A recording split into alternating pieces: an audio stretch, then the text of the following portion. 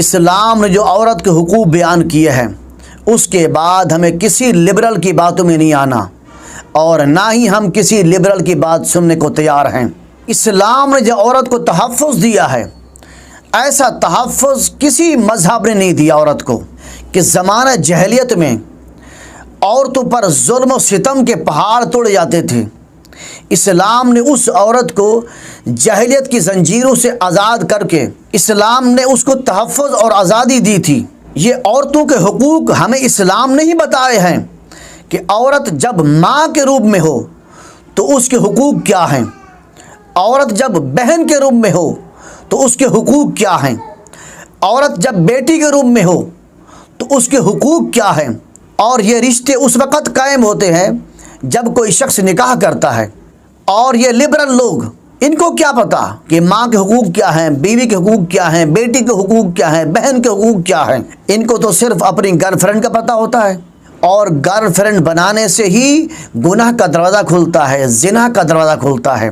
اور افسوس ہے ایسی عورت کے لیے جو کسی کی بیوی نہیں بننا چاہتی، اور کسی کی ماں نہیں بننا چاہتی، کسی کی بہن نہیں بننا چاہتی، کسی کی بیٹی نہیں بننا چاہتی، اور وہ کسی کی یار بننا چاہتی ہے، وہ کسی کی ضرورت بننا چاہتی ہے۔ اسلام نے کہا ہے کہ عورت کی خوبصورتی کسی کی بیوی بننے میں ہے۔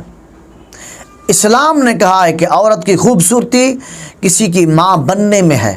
اسلام نے کہا ہے کہ عورت کی خوبصورتی کسی کی بہن بننے میں ہے۔ اسلام نے کہا ہے کہ عورت کی خوبصورتی کسی کی بیٹی بننے میں ہے۔ عورت کی خوبصورتی کسی کے یار بننے میں نہیں ہے۔ عورت کی خوبصورتی کسی کی غلامی میں آ کر کسی کی ضرورت بننے میں نہیں ہے۔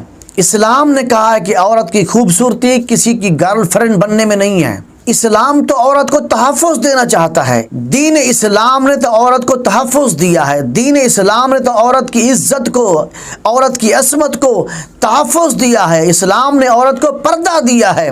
اور بہت افسوس کے ساتھ ہمیں یہ بات کہنا پڑتی ہے کہ جس اسلام نے عورت کو تحفظ دیا ہے، عورت کی عزت کو تحفظ دیا ہے، آج وہی عورت اسلام سے آزادی چاہتی ہے۔